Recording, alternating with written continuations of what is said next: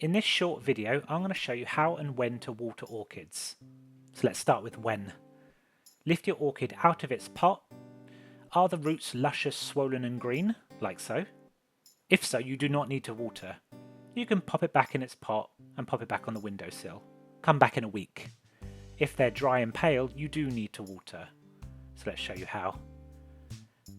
Grab a jug of water and fill the pot up with the water right the way to the top, like so. And then wait 30 minutes. Maybe have a cup of tea. After the 30 minutes, drain the water out, like so. And then do this once a week.